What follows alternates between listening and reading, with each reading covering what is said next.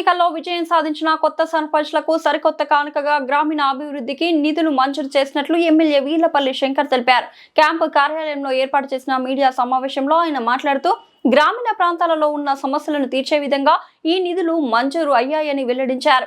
పలు గ్రామాలలో తాగునీటి సమస్యలు, పాఠశాలల మరమ్మతులు, కాలువల నిర్మాణం, సీసీ రోడ్ల నిర్మాణం, వంతెనల మరమ్మతులు, ప్రభుత్వ కార్యాలయాలకు, సొంత భవనాలు వంటి కార్యక్రమాలకు ఈ నిధులను వినియోగిస్తున్నట్లు వెల్లడించారు.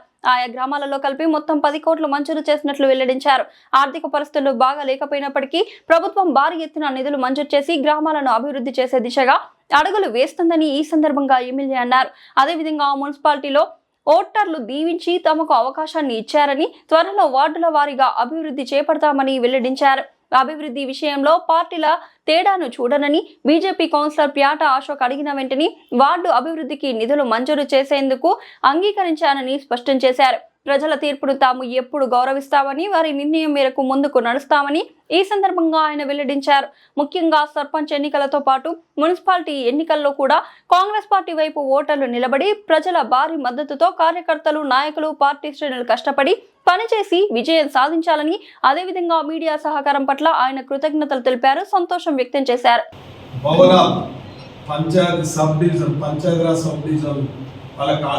కార్యాలయాలు లేవు కాబట్టి కార్యాలయాల మంజూరు, ఈ యొక్క డీటెయిల్స్ అన్ని కూడా ఇవన్నీ డీటెయిల్స్ అన్ని కూడా మీకు ఈ ప్రొసీడింగ్ మీకు ఇవ్వబడుతుంది కాబట్టి ఇవాళ శారదా నియోజకవర్గానికి నిరంతరం మారుమూల గ్రామాలలో కూడా హెచ్ఎండి నిధుల ద్వారా దాదాపు ఒక 15 కల్వర్ట్లు, హై లెవెల్ బ్రిడ్జీలు, భవనాలు మంజూరు చేయడం జరిగింది. కాబట్టి ఈ ప్రభుత్వం ఆర్థిక పరిస్థితులు బాగలేనప్పటికీ మన నియోజకవర్గానికి రావాల్సిన ఎన్ని కూడా ఎక్కడ నిర్లక్ష్యం చేయకుండా సర్పంచులు మొన్ననే చూసిరు, ప్రతి గ్రామంలో మహిళా బిల్డింగ్ ఏర్పాటు చేయడం జరిగింది. ప్రతి ఊరు కొన్ని ప్రజా కుల సంఘాల భవనాలు కూడా ఏర్పాటు చేయడం జరిగింది. ఎక్కడ తిరిగి అభివృద్ధికి ఎలాంటి పుట్టులు పట్టలేదు, ముందుకు పోతా ఉన్నాం. అదేవిధంగా పత్రికా సోదరుల దృష్టికి ఇంకొక విషయం తెస్తా ఉన్నాం. మొన్న మున్సిపాలిటీలో ప్రజలందరూ, ఓటర్ మహాశయులందరూ కూడా కాంగ్రెస్ పార్టీని దీవించి కాంగ్రెస్ పార్టీ చైర్మన్ వచ్చే విధంగా సహకరించారు. కాబట్టి అభివృద్ధి కూడా ఆ దిశగానే పోతా ఉన్నాం. సర్కిల్ త్వరలోనే చేయబోతా ఉన్నాం. దాన్ని కూడా ఒకటే, ఎందుకంటే చిన్న వ్యాపారస్తులు ఉన్నారు, వారికి నష్టం జరగదు.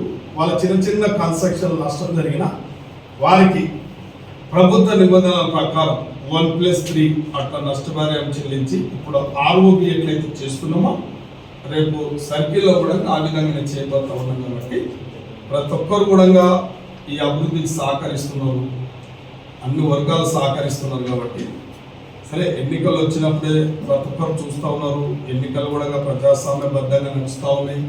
ఈ పార్టీ ఆ పార్టీ లేదు.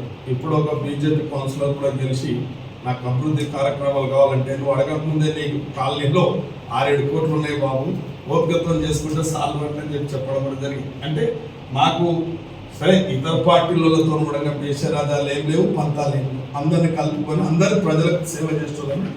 ఒకరొకరు అభిప్రాయం ప్రకారం ఒక్కొక్కరికి ఓట్లు వేస్తూ ఉంటారు. దాంట్లో మాకు ఎలాంటి అభ్యంతరం లేదు. ఎక్కడ తిరకాసులు పెట్టలేదు, ఎక్కడ ఆటంకాలు పరచలేదు. ప్రెస్ మిత్రులు కూడా వార్తలలో ఏం రాసిన కూడా ఎందుకు రాసినని కూడా మేము అడగలేదు. అంటే యాదృచ్ఛికం జరిగిపోతూ ఉంటుంది. ఇది వ్యవస్థ. ఈ వ్యవస్థలో మీరు గమనించింది మీకే న్యాయం అనిపిస్తుంది, మేము గమనించింది మాకు న్యాయం అనిపిస్తుంది, జరుగుతూ ఉంటుంది. దాంట్లో కూడా మనకి ఎలాంటి అభ్యంతరం లేదు, ఎలాంటి వేరే ఏం లేదు.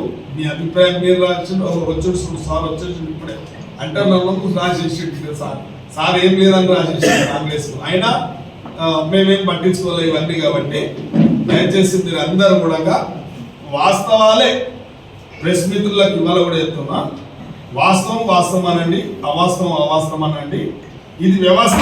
మేము గొప్ప వాళ్ళం కాదు, ఇంకా మాకన్నా ఎక్కువ కూడా పనిచేసే వాళ్ళు ఉంటారు, వాళ్ళని కూడా గొప్ప వాళ్ళంటే కూడా మాకేం లేదు. కానీ వాళ్ళు నిజంగానే గొప్ప పనులు చేసినట్టుంటే గొప్ప వాళ్ళనంటే నాకేం అభ్యంతరం లేదు. మీ అందరికీ నమస్కారం. తొందర ఉందంటే తొందర పెట్టను, చాయ్ తాగుతున్నా.